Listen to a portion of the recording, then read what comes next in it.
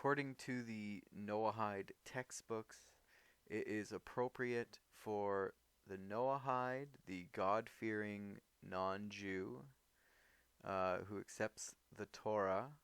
It is appropriate for him to mourn the destruction of the temples because he benefited greatly from them and uh, was able to give offerings. Who was the first in the Torah to give such offerings to God? It was Noah.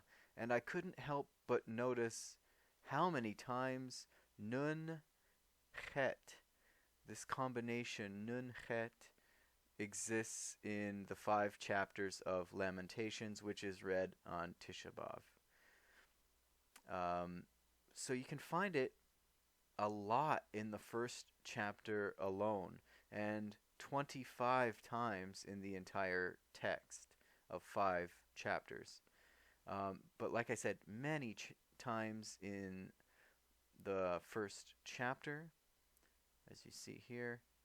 And you can also find it in this form for rest and comfort. But you can find it with this form as well, Nun Vav Chet.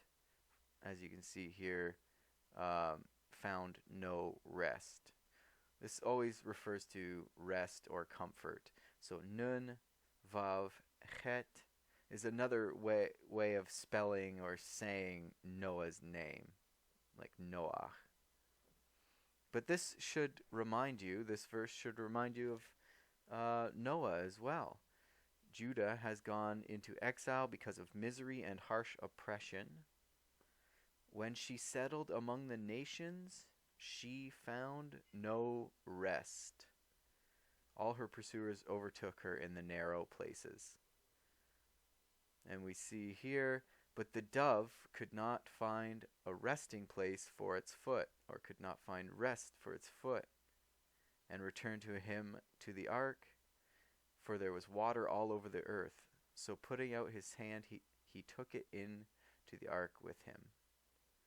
This dove could not find rest. And then you see it here. It's very interesting to me. Nun Chet Yud Mem, which is, you could say, Noachim, or Noahides. And the word here is, well, as you see, all her inhabitants sigh. This is the word here for sighing, or sighers, as they search for bread. I would say that these God-fearers would be among those who would be sighing over the idol worship that is now going on in the temple, and the destruction of the temples. So when it's interesting as well, when you click on this verse, there's a connection to another verse in the Tanakh, and only one other verse. So one other verse in the Bible, and it's in Proverbs. We're saying that this is all about Noah and Noahides here, hidden in the text kind of. Proverbs 23:20. Do not be of those who guzzle wine or glut themselves on meat. Very interesting, because Noah guzzled too much wine, and there was an incident that we don't really know much about. But that's the only negative thing you ever hear about Noah, has to do with wine. And then, don't glut yourselves on meat. Noah, it was through Noah that we got permission to eat meat from God.